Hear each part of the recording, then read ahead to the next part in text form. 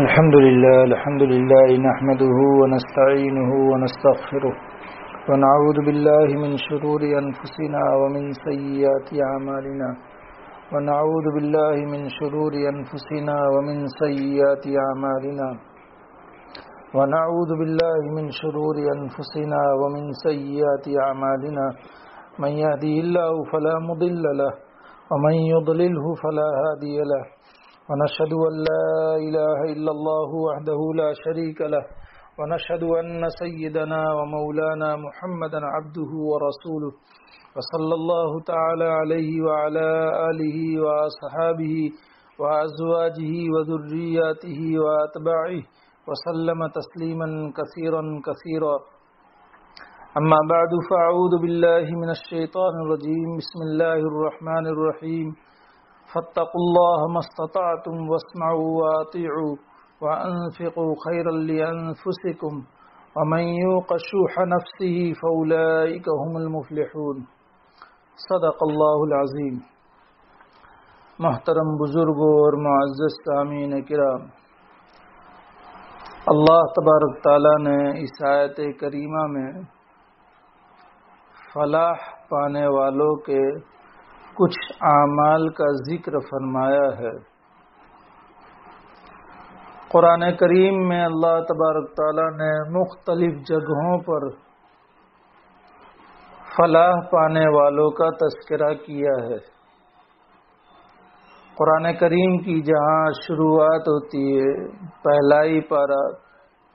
اس میں اللہ تبارک تعالیٰ نے اولئک علی ھدی من ربہم واولئک ھم المفلحون، کہ یہی لوگ اپنے رب کی طرف سے ہدایت پر ہیں اور یہی لوگ فلاح پانے والے ہیں۔ ان کے اوصاف کو،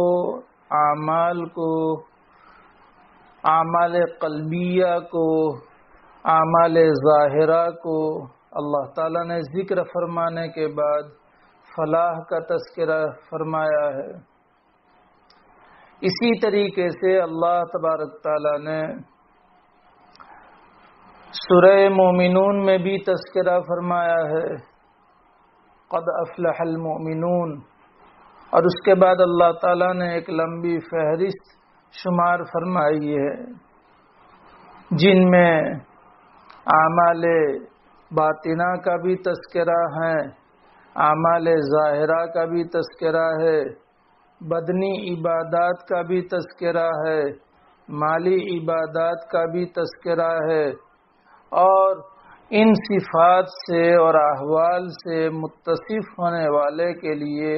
اللہ تعالیٰ نے فلاح کا یقین کے ساتھ وعدہ فرمایا ہے،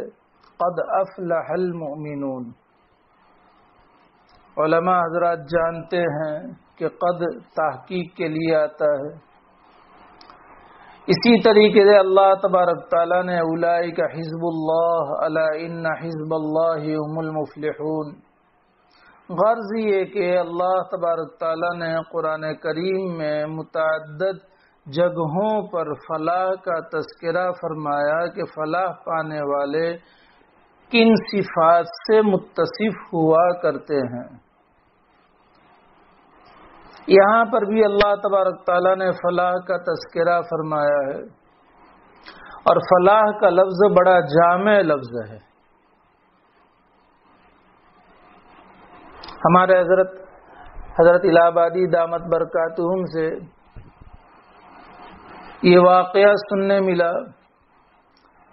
کہ جب تقسیم ہند کا موقع تھا 1947 سے پہلے، جن میں ہمارے کچھ علماء ہند کے حامی تھے اور ہمارے کچھ علماء پاکستان بننے کے حامی تھے، جن میں سے سر فہرست حضرت تھانوی علیہ الرحمہ کا نام ذکر میں آتا ہے کہ حضرت تھانوی علیہ الرحمہ پاکستان بننے کے حامی تھے۔ ظاہر سی بات ہے کہ اس زمانے میں پاکستان کا حامی ہونا اور علل اعلان پاکستان کی حمایت کا تذکرہ اور پھر لوگوں میں مشہور ہونا خاص طور پر ہمارے ملکی بھائیوں کے درمیان میں کس قدر شدت پسندی.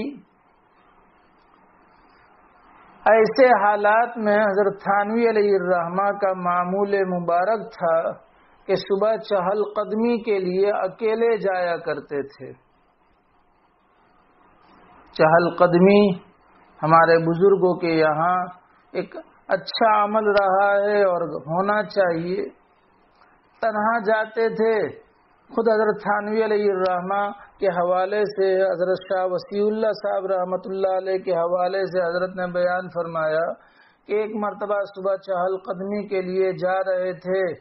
ایک پنڈت نے، جو پنڈت حضرت تھانوی علیہ الرحمہ کو جانتا تھا اور حضرت تھانوی علیہ الرحمہ کے نقطۂ نظر سے واقف بھی تھا، اس نے کہا کہ مولانا صاحب آپ اکیلے اس حالت میں جا رہے ہو، کہیں کوئی آپ کو کوئی تکلیف پہنچا دے گا. حضرت تھانوی علیہ الرحمہ نے آسمان کی طرف اشارہ کر کے اس سے یہ کہا کہ میرا اللہ مجھے کافی ہے. لیکن جب چہل قدمی سے فارغ ہونے کے بعد خانقاہ تشریف لائے، حضرت تھانوی علیہ الرحمہ نے، ہمارے حضرت فرماتے ہیں کہ حضرت تھانوی علیہ الرحمہ نے حضرت مصلح الامت رحمۃ اللہ علیہ، حضرت شاہ وسیع اللہ صاحب جو اس وقت خانقاہ میں تھے، ان کو خطاب کر کے بتایا کہ ارے مولوی وسیع اللہ فلاں پنڈت نے آج مجھے یہ کہا اور میں نے اس کو یہ جواب دیا. لیکن حقیقت یہ ہے کہ مولوی وسیع اللہ کہ جب میں صبح میں یہ دعا پڑھ لیتا ہوں تو پورا دن بے فکر ہو جاتا ہوں. بڑی جامع دعا ہے. اللہم اجعل اول هذا النہار صلاحا واوسطہ فلاحا وآخرہ نجاحا اسألک خیر الدنیا والآخرہ یا ارحم الراحمین. اے اللہ، دین کا شروع صلاح والا بنا دے، دین کا بیچ فلاح والا بنا دے اور دین کا آخر کامیابی والا بنا دے. میں آپ سے دنیا اور آخرت کی بھلائی کا سوال کرتا ہوں اے ارحم الراحمین. اس میں صلاح کا لفظ بھی ہے، فلاح کا لفظ بھی ہے اور نجاح کا بھی لفظ ہے، اور تینوں کلمات عربیت کے اعتبار سے بڑے جامع ہیں. صلاح کے متعلق حضرت مولانا ادریس صاحب کاندھیلی نور اللہ مرقدہ نے اپنی تفسیر میں کسی موقع پر یہ نقل کیا ہے کہ یہ وہ لفظ ہے کہ جس کو اللہ تبارک تعالیٰ نے قرآن کریم میں انبیاء علیہم الصلاۃ والتسلیم کے لیے استعمال فرمایا ہے. اور پھر وہاں پر لکھا ہے کہ صالح وہ ہوتا ہے کہ جو حق اللہ اور حق العباد کی ادائیگی کا جامع ہو. تو یہ صلاح جس کے اندر صالحیت آ جائے وہ صلاح کے ساتھ متصف ہوگا. فلاح کے متعلق امام راغب اصفہانی علیہ الرحمہ نے مفردات القرآن میں لکھا ہے. حضرت شیخ نور اللہ مرقدہ نے فضائل صدقات میں بھی انہی کے حوالے سے نقل فرمایا ہے کہ فلاح کا معنی ہے الفوز، کامیابی، و ادراک بغیت اور مقصود کا پا لینا. پھر لکھا ہے کہ فلاح کی دو قسمیں ہیں، دنیاوی فلاح اور اخروی فلاح. دنیاوی فلاح اس کو کہتے ہیں کہ جس سے انسان کو جینا اچھا لگے اور اس کا جینا آسان ہو جائے، اور یہ انسان کو تین چیزوں سے حاصل ہوتی ہے. ایک چیز کہ اس کے اندر بقا ہو، حیات ہو، کیونکہ آدمی زندہ ہوگا تو دوسری ساری چیزوں سے متلذذ ہو سکتا ہے، لطف اندوز ہو سکتا ہے. زندگی نہیں ہے تو اس صورت میں دنیاوی نعمتوں سے، دینی نعمتوں سے متلذذ ہونے کا کوئی سوال پیدا نہیں ہوتا. بقائے حقیقی کہ وہ باحیات ہے. بقا کی ایک اور قسم ہے حکمی کہ اس کے اوپر اس دنیا میں موت طاری ہو گئی، لیکن اس کے کارنامے ایسے اچھے ہیں، علمی میراث چھوڑ کر کے گیا، عملی میراث چھوڑ کر کے گیا، لوگوں کی خیر خواہی کر کے گیا، تو گرچہ وہ دنیا میں نہیں ہے لیکن اس کا نام باقی ہے، لوگ احترام سے اور عظمت سے ان کو یاد کرتے ہیں۔ انبیاء علیہ الصلوۃ والتسلیم کے سارا مقدس گروہ یہی حال ہے، صحابہ کرام، مشائخ، اولیاء اعظام، علماء ربانیین، کہ آج وہ دنیا سے چل بسے ہیں لیکن دنیا انہیں یاد کر رہی ہے۔ خیر، تو بقا۔ دوسری چیز غنا۔ غنا کا معنی عام متن یہ کیا جاتا ہے کہ مالداری۔ خیر یہ بھی ہے کہ آدمی کے پاس مال ہو تو اس کو زندگی گزارنا آسان ہوتا ہے، اچھا لگتا ہے، لیکن ہر جگہ مال کام بھی نہیں آتا ہے، ہر جگہ مال سے اچھائی بھی حاصل نہیں ہوتی ہے۔ اس لیے غنا نفس، الغنا غنا النفس، واشار بیدہ الی صدرہ، نبی اکرم صلی اللہ علیہ وسلم سے منقول ہے کہ حقیقی غنا یہ دل کا غنا ہے۔ آپ صلی اللہ علیہ وسلم نے اپنے دست مبارک سے اپنے سینے کی طرف اشارہ کر کے فرمایا کہ یہ دل میں غنا حاصل ہو جائے، لوگوں سے استغنا حاصل ہو جائے اور اللہ کی طرف نظر ہو جائے اور اپنے پاس جو موجود ہو اس کے اوپر قناعت حاصل ہو جائے اور دوسروں کی طرف نگاہ نہ اٹھے اور مال نہ اور ہاتھ نہ بڑھے، یہ ہے غنا۔ اس کی زندگی آسان ہو جاتی ہے، اس کی زندگی لطف اندوز ہو جاتی ہے، جسے قناعت حاصل ہو جائے۔ اور تیسری چیز ہے عزت۔ عزت کو بھی آج لوگوں نے ظاہری عزت کو، عہدے داری کو عزت کا ذریعہ سمجھا ہے، لیکن اس کا تعلق بھی دل سے ہے، دل میں عظمت ہو، دل میں محبت ہو۔ تو یہ تین چیزیں جسے دنیا میں حاصل ہو جائے اسے فلاح دنیاوی حاصل ہو گئی، اور فلاح اخروی کہ ایسی زندگی کہ جس کے اندر فنا نہ ہو، البقاء بلا فناء، والغنا بلا فقر، فقیری کے جہاں نام و نشان نہ ہو، والعز بلا ذل، عزت حاصل ہو، ذلت کا نام و نشان نہ ہو، دور دور تک اس کا کوئی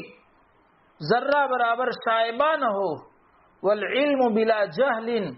اور علم ہی علم ہو، جہالت بالکل نہ ہو۔ اور ظاہر سی بات ہے کہ ایسی چیزیں دار بقا میں ہے، جنت میں ہے، وہاں زندگی ہے، موت کا نام و نشان نہیں، موت کو وہاں موت طاری ہو جائے گی، وہاں غنا ہی غنا ہے، فقر کا نام و نشان نہیں، عزت ہی عزت ہے، علم ہی جہالت جنت میں نہیں ہے، دار بقا میں جہالت نہیں ہے۔ اور پھر لکھا ہے کہ اسی بنیاد پر نبی اکرم صلی اللہ علیہ وسلم سے جو منقول ہے، اللہم لا عیش الا عیش الآخرہ، کہ حقیقی عیش یا آخرت ہی کا عیش ہے، وَإِنَّ الدَّارَ الْآخِرَةَ لَهِيَ الْحَيَوَانِ، کہ یہی دار آخرت، یہی حقیقی زندگی کا گزارنے کا زمانہ ہے، وقت ہے، جگہ ہے۔ اور پھر لکھا کہ جب مطلق بولا جاتا ہے تو دنیا کی فلاح بھی مراد ہوتی ہے اور آخرت کی فلاح بھی مراد ہوتی ہے۔ قرآن کریم میں اللہ تبارک تعالیٰ نے جہاں اولئک هم المفلحون بتایا، جہاں اللہ تبارک تعالیٰ نے فلاح کو جن اعمال کے ساتھ متصف فرمایا، جن صفات کے ساتھ متصف فرمایا، اعمال ظاہرہ کے ساتھ فلاح کو متصف فرمایا، اعمال باطنہ کے ساتھ قلبی کیفیات کے ساتھ فلاح کو متصف فرمایا، وہاں فلاح مطلق ہے، اس لیے وہاں دنیا کی بھی فلاح مراد ہوگی اور آخرت کی بھی فلاح مراد ہوگی۔ لیکن میرے محترم بزرگوں اور دوستوں، سب سے بڑی بات یہ سمجھنے کی ہے کہ ان اعمال کو اللہ تبارک تعالیٰ نے فلاح کے ساتھ متصف فرمایا ہے۔ ان اعمال میں سے ایک عمل اللہ تبارک تعالیٰ نے جو ذکر فرمایا وہ سب سے اہم ہے۔ حضرت شیخ دامت برکاتہم العالیہ نے ایک موقع پر بیان فرمایا تھا کہ اللہ تبارک تعالیٰ نے ظاہر جسم کے احسن ہونے کا تذکرہ قرآن کریم میں بیان فرمایا ہے، اور اس کو اللہ تبارک تعالیٰ نے 4 قسموں کے ساتھ ذکر کر کے مؤکد کیا ہے، اور اس کو بڑے اہتمام سے بیان فرمایا ہے۔ والتین والزیتون وطور سینین وهذا البلد الامین لقد خلقنا الانسان فی احسن تقویم، کہ ہم نے انسان کو یقینی طور پر بہترین ڈھانچے میں پیدا کیا ہے۔ تو انسان کے ظاہری خد و خال کو، ظاہری ڈھانچے کو اللہ تبارک تعالیٰ نے احسن ہونے کو بیان فرمایا 4 قسموں کے ساتھ، لیکن دل کے پاکیزہ ہونے کا جہاں اللہ تبارک تعالیٰ نے ذکر فرمایا ہے، وہاں اس سے بھی زیادہ قسمیں کھا کر کے اللہ نے اس کا اہتمام سے ذکر فرمایا ہے، اور یہی اصل بھی ہے۔ اس لیے کہ انسان صرف جسم کا نام نہیں ہے، انسان جسم اور روح کے مجسمے کا اور مجموعے کا نام ہے۔ روح نہیں ہے، خالی ڈھانچہ ہے، اس کی کوئی حقیقت نہیں ہے۔ قد افلح من زکاها وقد خاب من دساها والشمس وضحاها والقمر اذا تلاها۔ عام متن مفسرین نے لکھا ہے کہ اللہ تبارک تعالیٰ نے یہاں 7 قسمیں کھا کر کے نفس کے تزکیے کو اہتمام سے ذکر فرمایا ہے، اور بعض مفسرین کے قول کے اعتبار سے 11 قسمیں یہاں پر اللہ تبارک تعالیٰ نے ذکر فرمائی۔ سورج کی قسم اور اس کے روشن ہونے کی قسم، چاند کی قسم، والقمر اذا تلاها والنہار اذا جلاها، دن کی قسم جب وہ روشن ہو جاتا ہے، واللیل اذا یغشاها، رات کی قسم جب وہ سورج کی روشنی کو ڈھانپ دیتی ہے۔ اس طریقے سے آگے وما بناها وما طحاها، یہ الگ ہے، ماں کو من کے معنی میں لیا ہے، تو اس اعتبار سے 11 قسمیں کھانے کے بعد اللہ تعالیٰ نے فرمایا کہ کامیابی کو اور کامیابی کو وہ پہنچ چکا ہے، بامراد وہ ہو چکا ہے جس نے نفس کا تزکیہ کیا ہے، اور ہلاک وہ ہو چکا ہے کہ جس نے نفس کو گندا کیا، میلا کچیلا کیا ہے، جس نے نفس کی خاطر اپنے شہوتوں کو پورا کیا ہے۔ تو اس سے معلوم ہوا کہ نفس کی اصلاح، اس کی طرف توجہ، اور ہے بھی چیز اعمال جو ہیں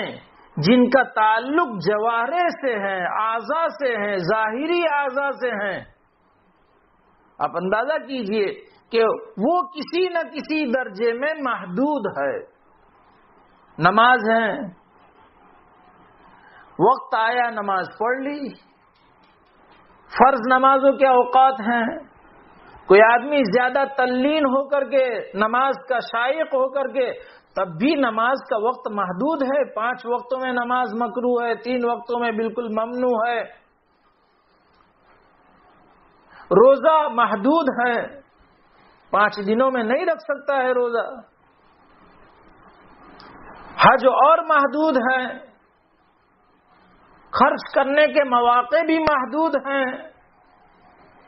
تو جن اعمال کا تعلق ظاہری اعضاء سے ہیں وہ محدود ہیں، لیکن جن کا تعلق نفس سے ہے، جن کا تعلق دل سے ہے، وہ غیر محدود ہے۔ سب سے بڑی چیز ایمان لے لیجئے، ایمان غیر محدود ہے، ہمیشہ اس کے ساتھ متصف ہونا پڑے گا۔ تھوڑا بھی وقت ایمان سے اگر دور ہو گیا تو اس صورت میں علماء حضرات جانتے ہیں، اس کے بارے میں بحث ہے کہ پچھلے اعمال اس کے پھر دوبارہ ایمان لائے گا تو پچھلے اعمال محسوب ہوں گے یا نہیں ہوں گے۔ اسی طریقے سے کبر ایک دل کے ساتھ متعلق ہے اور دل کا عمل ہے، ہر وقت ممنوع ہے۔ ہاں، جہاد کے موقع پر جہاں نبی اکرم صلی اللہ علیہ وسلم سے منقول ہیں، لیکن وہ بھی عارضی طور پر ہے۔ تواضع ہر وقت مطلوب ہے، محمود ہے۔ تو یہ دل کے اعمال غیر محدود ہیں، اس بنیاد پر اس کی طرف زیادہ توجہ کی ضرورت ہے۔ اگر اس کو یوں ہی چھوڑ دیا، بے لگام چھوڑ دیا، شتور بے مہار کی طرح اسے چھوڑ دیا جائے تو یہ نفس بڑا آوارہ بن جاتا ہے، بڑا سرکش بن جاتا ہے اور انسان کو گناہوں کی طرف لے آتا ہے، باطل کی طرف لے آتا ہے، محرمات کی طرف لے آتا ہے۔ نفس کو ہر اس کی قابل اشتہا چیز، اس کی پسندیدہ چیز دے دی جائے تو اس صورت میں یہ باطل کا داعی بن جاتا ہے، گناہوں کا، آر کا، صرف وقتی طور پر تھوڑی سی لذت کی بنیاد پر یہ ہمیشہ ذلت کا اور ندامت کا مستحق بن جاتا ہے اگر اس کو چھوڑ دیا جائے۔ اور اگر اس کو، اس نفس کو شیر نہ بنایا جائے، اس نفس کو لومڑی بنا دیا جائے، بزدل بنا دیا جائے، اور ظاہر بات ہے کہ نفس بہادروں کے ہاتھ میں لومڑی کی شکل اختیار کر لیتا ہے اور بزدلوں کے ہاتھ میں شیر بن جاتا ہے۔ ہمت مردہ، مدد خدا دلیروں کے ہاتھ میں، بہادروں کے ہاتھ میں اس نفس کی نہیں چلتی ہے۔ جیسے ایک طاقتور بکرا ہوتا ہے، سانڈ قسم کا بکرا ہوتا ہے، پہاڑی بکرا ہوتا ہے، جنگلی بکرا ہوتا ہے، وہ عام انسانوں کے قابو میں نہیں آتا ہے، لیکن قصاب کے اور قصائی کے قابو میں وہ رہتا ہے۔ اسے پتا ہے کہ یہاں چھریاں چلنے والی ہے، آرے چلنے والے ہیں، وہ قابو میں رہتا ہے۔ اسی طریقے سے جو اس راہ کے ماہر ہیں، مشائخ، اولیاء اعظام، جنہوں نے اپنی زندگیاں اس راہ میں گزار دی اور کھپا دی ہیں، ان کے ہاتھ میں اپنا ہاتھ دے دیا جائے، ان کے پیچھے اپنے آپ کو لگا دیا جائے اور ہماری ہر خواہش ان کے بتائے ہوئے طریقے کے مطابق، جو وہ قرآن اور حدیث کی روشنی میں، جو شریعت کی روشنی میں بتائے۔ حضرت دامت برکاتہم سے بارہا سنائیے خواجہ حسن بصری رحمت اللہ علیہ کا قول، طریقنا مشید بالکتاب والسنہ، اور جب حضرت دامت برکاتہم بیان فرماتے ہیں وجد میں آ جاتے ہیں کہ ہمارا سارا طریق، ہمارا سارا سلوک کتاب اللہ اور سنت رسول اللہ ہی سے مستنبت ہے، اس سے ہٹی ہوئی کوئی چیز نہیں ہے۔ اگر کوئی سنت سے ہٹ کر کے راہ سلوک اختیار کرنا چاہے، اگر کوئی کتاب اللہ سے ہٹ کر کے راہ سلوک اختیار کرنا چاہے، اللہ کی معرفت حاصل کرنا چاہے، اللہ کی محبت اپنے دل میں سمانا چاہے، نبی اکرم صلی اللہ علیہ وسلم سے کی عظمت اور محبت اپنے دل میں سمانا چاہے اور سنتیں نہ ہو، این خیالست و محالست و جنو۔ حضرت اکثر یہ شعر بھی پڑھتے ہیں، مپندار سادی کے راہ صفا، تواں رفت جز بر پے مصطفیٰ، کہ سادی ہرگز یہ مت سمجھ کہ راہ صفا، راہ سلوک، اللہ تک چلنے والی راہ، اللہ تک پہنچنے کی جو راہ ہے، نبی اکرم صلی اللہ علیہ وسلم کے پیچھے چلے بغیر ہرگز نہیں حاصل ہو سکتی ہے۔ ان اکابر کے ہاتھ میں ہمیں اپنے آپ کو اس طریقے سے سپرد کر دینا چاہیے۔ مشائخ نے لکھا ہے جیسے مردہ بدستے زندہ. مردے کا اب کوئی اختیار نہیں. وہ نہلانے والا نہلانے جی وضو کرائے، ناک میں پانی ڈالے، روئی سے پوچھے، دانت صاف کرے، روئی سے پوچھے، ہاتھ دھلائے، چہرہ دھلائے، جس طریقے سے جس کروٹ پر اس کو پلٹائے، جس طرح اس کو بٹھائے، اس کا کوئی اختیار نہیں ہے. ویسے اپنے نفس کی اصلاح کے لیے اسراء کے جو مشہور شہسوار ہیں، ان لوگوں کے ہاتھ میں ہمیں اپنے آپ کو دے دیا جائے تو پھر وہ نفس جو ہر وقت ٹک ٹک کرتا ہے، جو ہر وقت بہادر بننے کی کوشش کرتا ہے، وہ نفس رام بن جاتا ہے، مطیع اور فرما بردار بن جاتا ہے. لیکن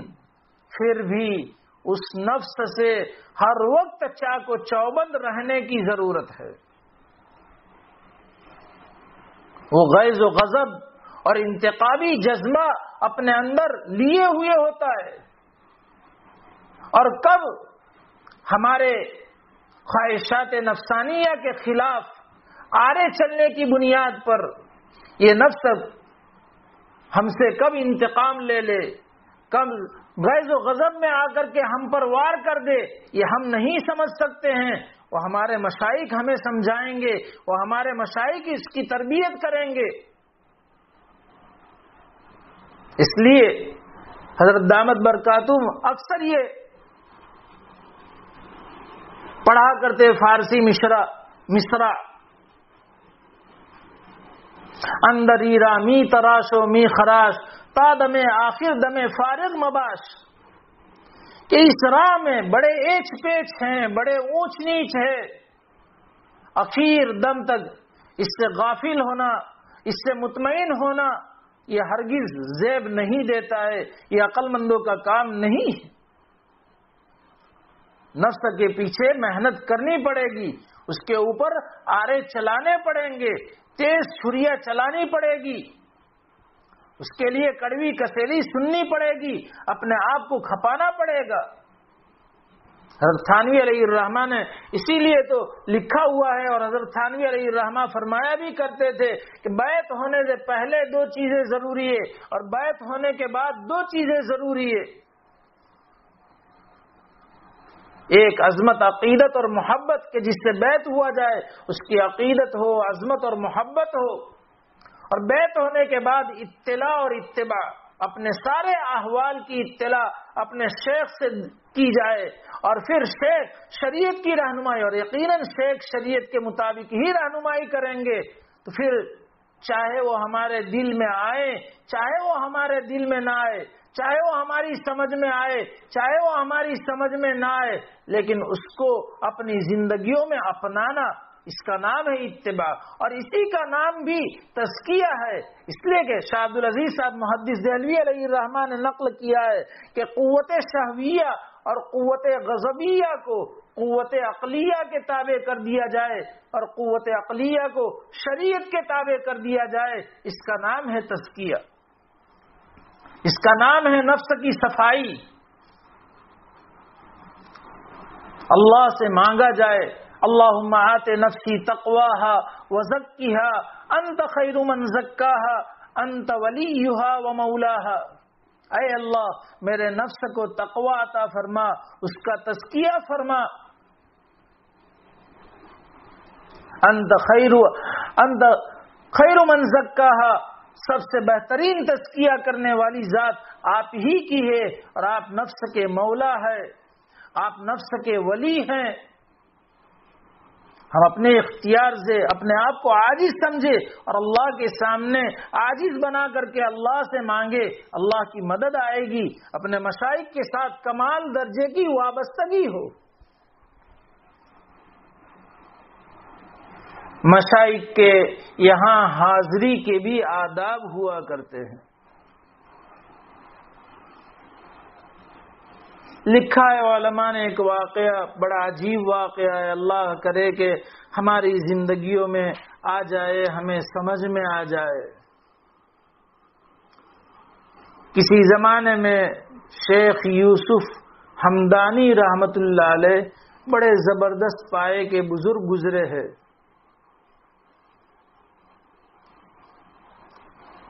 حضرت خواجہ عبد القادر جیلانی رحمت اللہ علیہ، ابن ابی عصرون یا عشرون، واللہ عالم صحیح تلفظ کیا ہے، اور ابن السقا، سقا یا سقا جو بھی ہو، یہ تین حضرات الگ الگ نیت سے ایک ساتھ شیخ یوسف حمدانی رحمت اللہ علیہ کی خدمت میں پہنچے. ابن السقا کی تو یہ نیت تھی کہ میں شیخ کے پاس جا کر کے ایسے سوالات کروں گا کہ جس کا جواب شیخ سے بن نہ پڑے. ایسا بھی ہوتا ہے، لوگ علماء کو آزمانے کے لیے، مفتیان کرام کو آزمانے کے لیے، مشائخ کو آزمانے کے لیے جو جدید تعلیم سے لبریز ہوتے ہیں، مغربیت سے متاثر ہوتے ہیں، اور باقاعدہ ان کو پڑھایا جاتا ہے اسلام پر اعتراض کرنے کو، اسلامی تعلیمات پر اعتراض کرنے کو پڑھایا جاتا ہے مسلمان لیکن مغربیت سے سرشار ہیں، مغربیت سے متاثر ہیں، اور چونکہ ان کو یہ تعلیم دی گئی ہے اس لیے کہ ایسے سوالات کے ان سے کوئی جواب بن نہ پڑے. یہ یہودیت ہے، اللہ حفاظت فرمائے. یہودی بھی تو آپ علیہ الصلوۃ والسلام کو چھیڑتے تھے نا. کتابوں میں واقعات موجود ہیں، روایتوں میں اس کا تذکرہ موجود ہے. آپ صلی اللہ علیہ وسلم سے اصحاب کہف کے متعلق پوچھا، ذوالقرنین کے متعلق پوچھا، اور روح کے متعلق سوال کیا آزمانے کے لیے کہ ان سے جواب نہیں بن پڑے گا. یہ یہودی وصف ہے. اللہ تعالیٰ نے صحابہ کرام رضوان اللہ علیہم اجمعین کو مخاطب کر کے اور صحابہ کرام کے واسطے سے قیامت تک کے لوگوں کو اور خاص طور پر ایمان والوں کو مخاطب کر کے کہ سوالات بیجا نہ کرنا. یا ایھا الذین آمنوا لا تسألوا عن اشیاء ان تبد لکم تسؤکم. خیر، ابن السقا نے اس نیت سے شیخ یوسف حمدانی علیہ الرحمہ کا سفر کیا، اس کی یہ نیت تھی. ابن ابی عصرون کی یہ نیت تھی کہ میں سوالات کروں گا شیخ کی خدمت میں حاضر ہو کر کے، اور شیخ جو جوابات دیں گے اس کو سنوں گا. صرف یہ نیت تھی. ایک تو یہ کہ دین کی فہم کے لیے سوالات کیے جائے، دین سمجھنے کے لیے سوالات کیے جائے، اور دین سمجھ کرنے کے لیے جب سوالات کیے جائے اور جب سمجھ میں آ جائے تو اسے اپنی زندگیوں میں اپنایا جائے. اس کا تو قرآن میں اللہ تعالیٰ نے حکم دیا ہے، نبی اکرم صلی اللہ علیہ وسلم کی یہ تعلیمات ہے، یہ صحابہ کی شان رہی ہے. یسألونک عن الیتامى، یسألونک عن المحیض، یسألونک ماذا ينفقون. یہ صحابہ کی شان ہے. اللہ تعالیٰ کا ارشاد ہے فاسألوا اہل الذکر ان کنتم لا تعلمون. یہاں حضرت ہی کا ایک نقطہ یاد آیا کہ یہاں اللہ تعالیٰ باوجود قادر ہونے کے اور علمی بات ہے علماء سے فاسألوا اہل العلم، اللہ تعالیٰ نے نہیں فرمایا کہ علم والوں سے پوچھ لو اگر تم نہیں جانتے، بلکہ اللہ تعالیٰ نے فرمایا کہ اہل ذکر سے پوچھ لو. گرچہ مفسرین کی باتیں ہیں کہ ذکر سے مراد کیا ہے کیا نہیں ہے، لیکن حضرت نے جو نقطہ بیان فرمایا کہ علم وہی علم نافع ہوگا، علم وہی علم مفید ہوگا، کارگر ہوگا، اس کے نتائج اللہ تعالیٰ لوگوں کے دلوں پر مرتب فرمائیں گے جس علم کے ساتھ ذکر ہو. اس لیے ذکر کی اہمیت کو یاد دلانے کے لیے اللہ تبارک تعالیٰ نے باوجود قادر ہونے کے فاسألوا اہل العلم کے بجائے فاسألوا اہل الذکر، علماء حضرات کو خصوصیت کے ساتھ ذکر کا اہتمام ہونا چاہیے. اسی لیے دعوت و تبلیغ میں حضرت علیہ صاحب نور اللہ عمر قدہ نے جو بنیادی اصول بنائے اس میں بھی تیسرا نمبر علم و ذکر ساتھ میں رکھا ہے. اللہ کرے دلوں میں بات اتر جائے یہ مشائخ کی، ذکر نصیب فرما دے اللہ تبارک تعالی.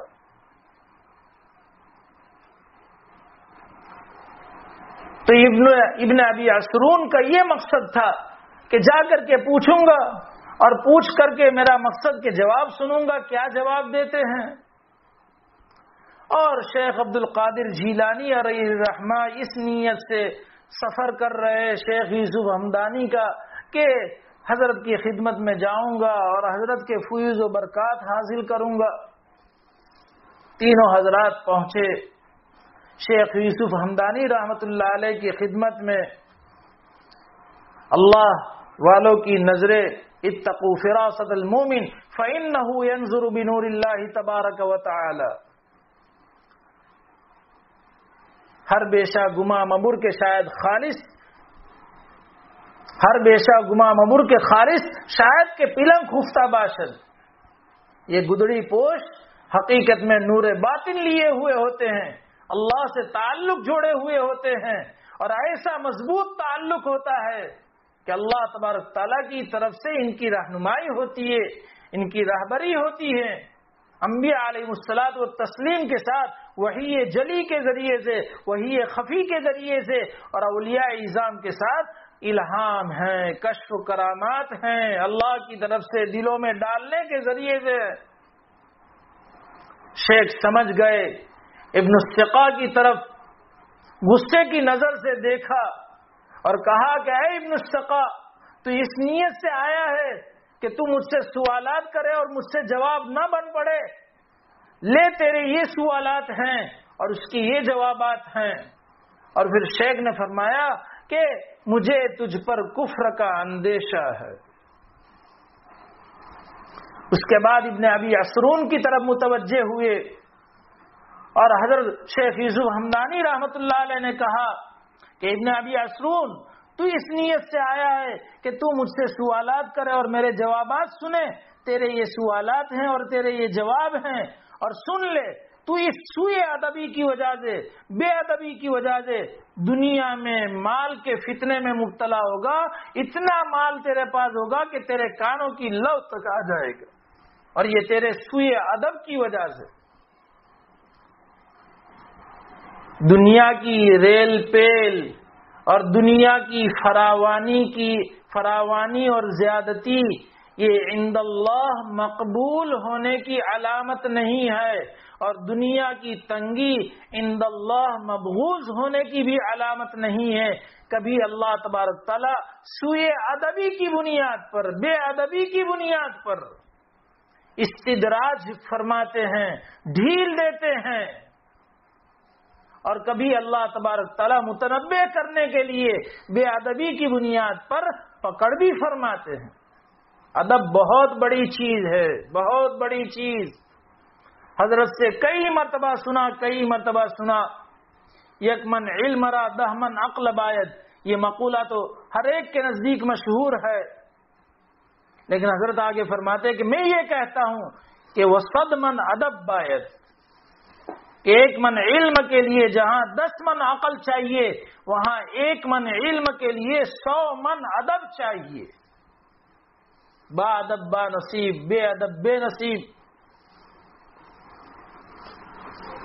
ادب، اور خاص طور پر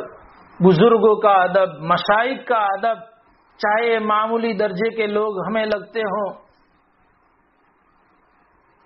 پھر حضرت شیخ یوسف ہمدانی علیہ الرحمہ خواجہ عبد القادر جیلانی علیہ الرحمہ کی طرف متوجہ ہوئے، ان کو قریب کیا اور ان سے فرمایا کہ عبد القادر، تم نے اپنے ادب کی وجہ سے، حسن ادب کی وجہ سے اللہ اور رسول کو خوش کر لیا اور راضی کر لیا، اور میں تمہیں دیکھ رہا ہوں کہ تم بغداد میں کرسی پر بیٹھ کر کے وعظ کر رہے ہو، اور تمہاری آواز آسمانوں پر پہنچ رہی ہے، اور سارے اولیاء غایت ادب کی وجہ سے تمہارے سامنے سر جھکائے ہوئے ہیں، یہ کہہ کر کے حضرت خواجہ یوسف ہمدانی علیہ الرحمہ وہاں سے غائب ہو گئے۔ ابن السقا کا یہ حال ہوا کہ وقت کا علامہ بنا، اللہ نے بہت علم دیا لیکن علم نافع نہیں تھا، اللہ سے علم نافع مانگنا چاہیے۔ آخر اس علم کی وجہ سے تکبر میں بادشاہ کی لڑکی کے اوپر عاشق ہوا اور نصرانی بن گیا۔ وفات کے وقت لوگوں نے اس کا منہ قبلے کی طرف کرنا چاہا لیکن اس کا منہ قبلے سے ہٹ جاتا تھا اور اسی حال میں نصرانیت کی حالت میں وہ مر گیا۔ ابن ابی عصرون کا یہ حال تھا کہ نور الدین بادشاہ نے وزارت اوقاف کی ذمہ داری سپرد کی، جس کی بنیاد پر مال کی ریل پیل ہوئی، اور شیخ عبد القادر جیلانی علیہ الرحمہ کا حال ہم سب سے کوئی مخفی نہیں۔ میرے محترم بزرگوں اور دوستوں، یہ ہے بزرگوں کے ادب اور احترام کا حال کہ شیخ عبد القادر جیلانی علیہ الرحمہ سرتاج الاولیاء بنے،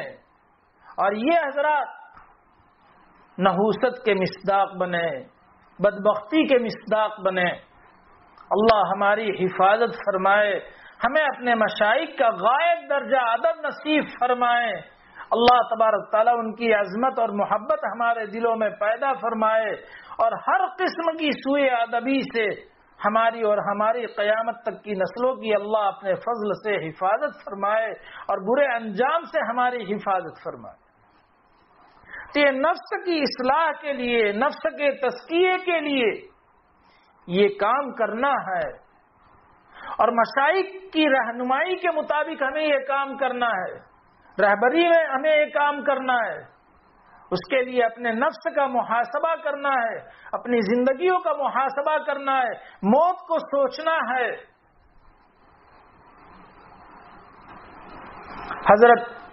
ہمارے حضرت کتابوں کے بہت شوقین ہیں، اس عمر پیرانہ سالی میں بھی کتابوں کا شوق، مطالعے کا شوق عجیب رشک آتا ہے۔ سفر میں کتاب ساتھ میں ہو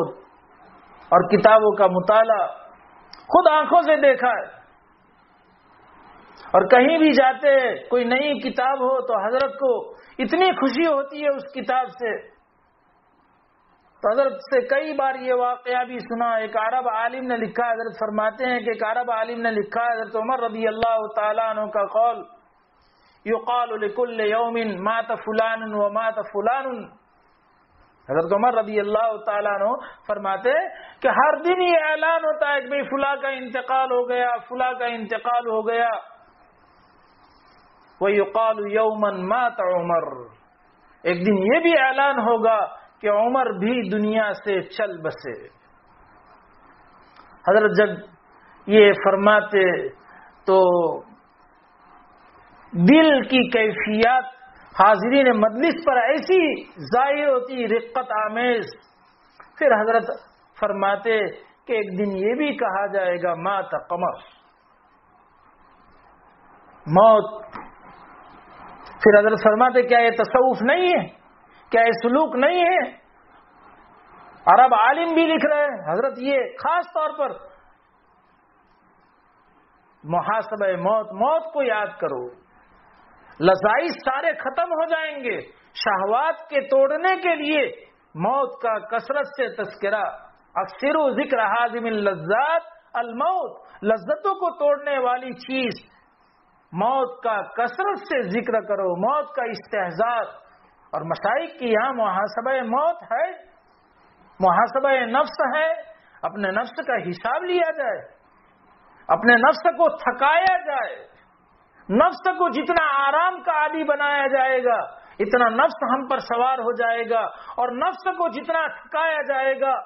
یہ نفس ہمارے قابو میں رہے گا۔ یہ نفس کنٹرول میں رہے گا اور گناہ کی طرف آمادہ کرنے والا نہیں ہوگا، وہ نفس یا لوامہ بن جائے گا، اور عبادت شاقہ اور مجاہدات اور ریاضات کے نتیجے میں لوامہ سے آگے بڑھ کر کے پھر مطمئنہ بھی بن جائے گا اور راضیہ اور مردیہ بھی بن جائے گا۔ یہ بھی حضرت ہی کے سب تعلیم کا خلاصہ ہے۔ بکر ابن عبداللہ المزنی ایک بہت بڑے بزرگ گزرے ہیں، انہوں نے ایک واقعہ لکھا ہے، کانت امرات متعبدۃ فی الیمن، یمن میں ایک عورت بڑی عبادت گزار گزری ہے، اس کا واقعہ لکھا ہے، اذا امست، جب شام ہوتی تو وہ عورت اپنے نفس کو مخاطب کر کے کہتی، یا نفسو، اے نفس، یہ تیری آخری رات ہے، اس کے بعد تیرے پاس کوئی اور رات نہیں ہوگی، اور پھر عبادت میں اپنی رات کھپا دیتی، ہر رات کو آخری رات سمجھ کر کے اس کو عبادت میں کھپا دیتی، فاجتہدت، وَإِذَا أَصْبَحَتْ، جب صبح ہوتی تو کہتی ہے نفس، الْيَوْمُ يَوْمُكَ، آج ہی تیرے لیے دن باقی ہے، لا یوم غیرہا، اس کے علاوہ، لا یوم غیرہا، اس کے علاوہ تیرے پاس کوئی دن نہیں ہوگا، اور پھر پورا دن محنت میں، مشقت میں، مجاہدے میں، ریاضات میں، عبادتوں میں گزار کر کے اس طریقے سے یہ نفس کا محاسبہ، نفس کو تھکایا جائے،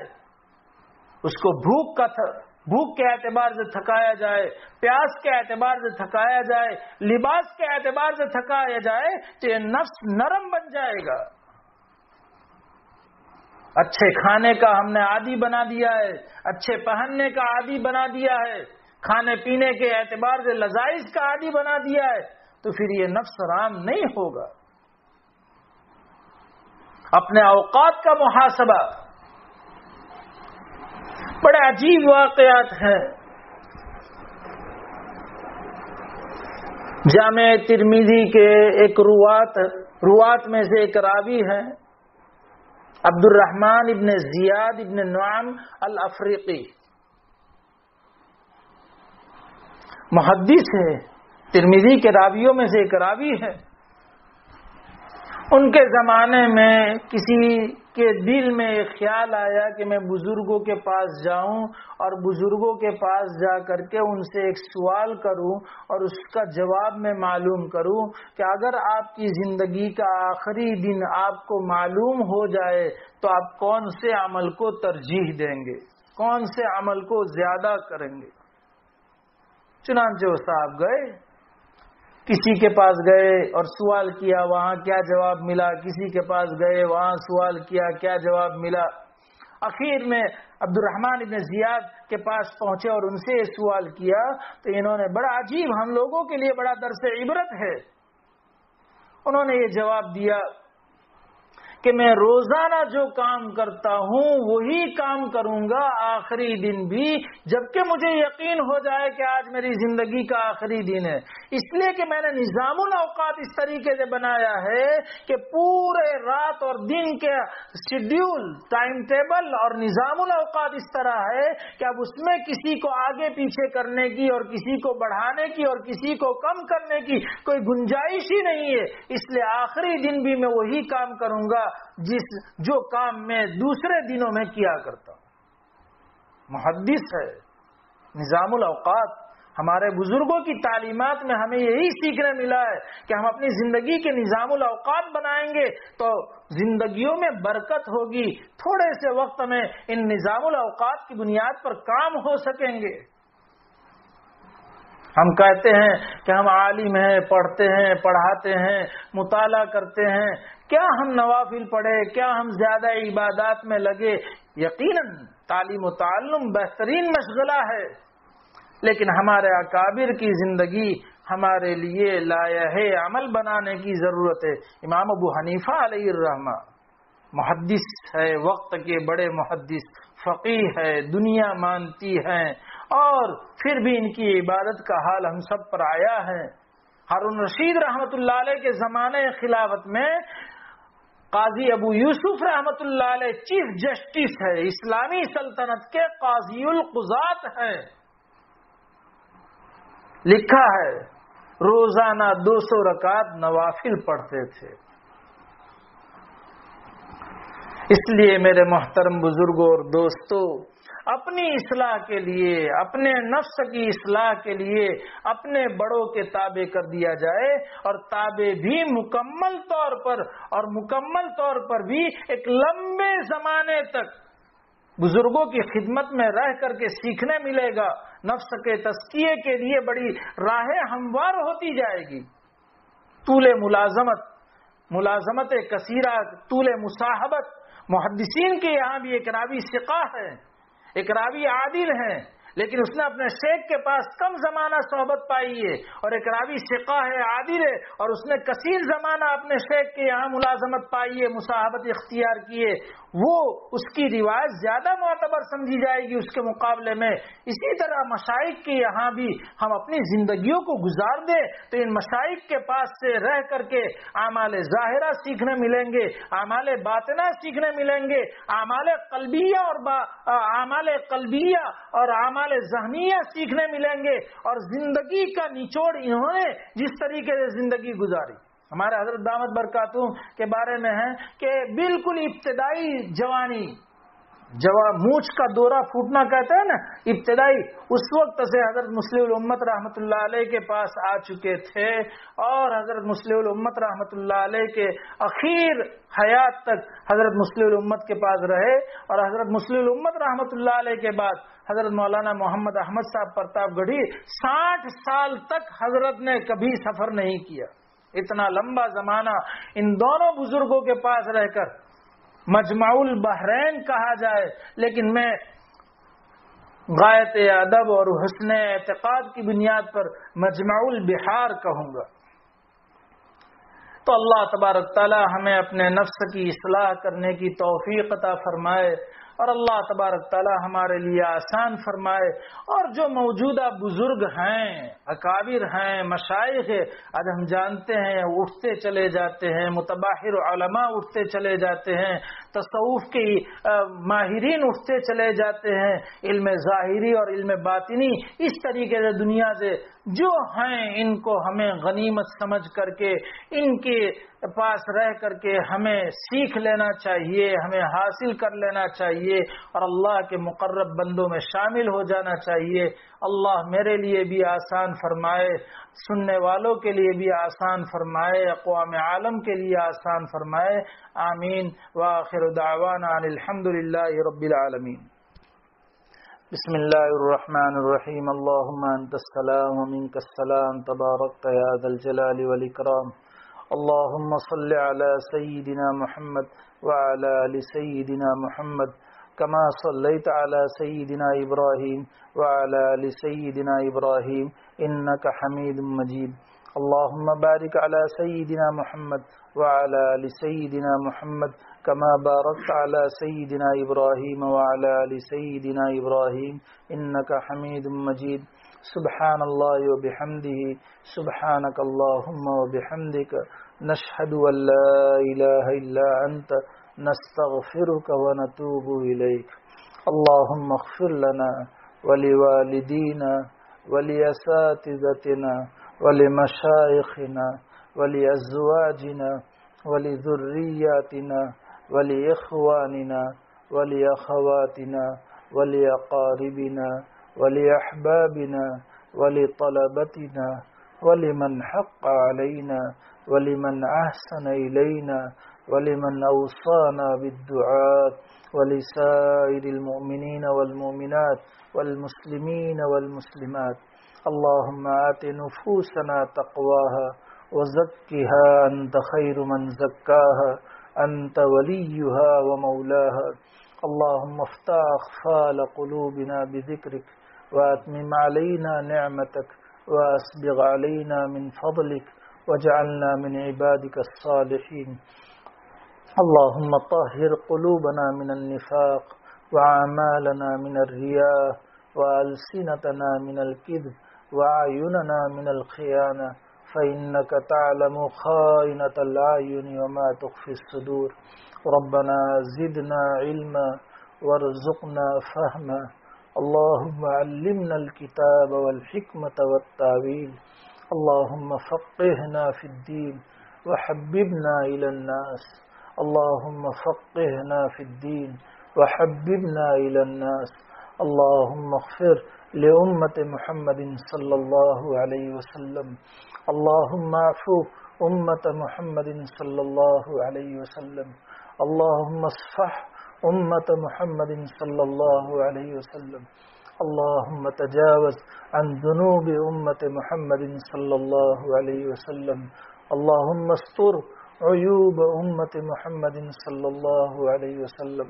اللهم اهدي أمة محمد صلى الله عليه وسلم اللهم عافي أمة محمد صلى الله عليه وسلم اللهم أصلح أمة محمد صلى الله عليه وسلم اللهم احفظ أمة محمد صلى الله عليه وسلم اللهم ارحم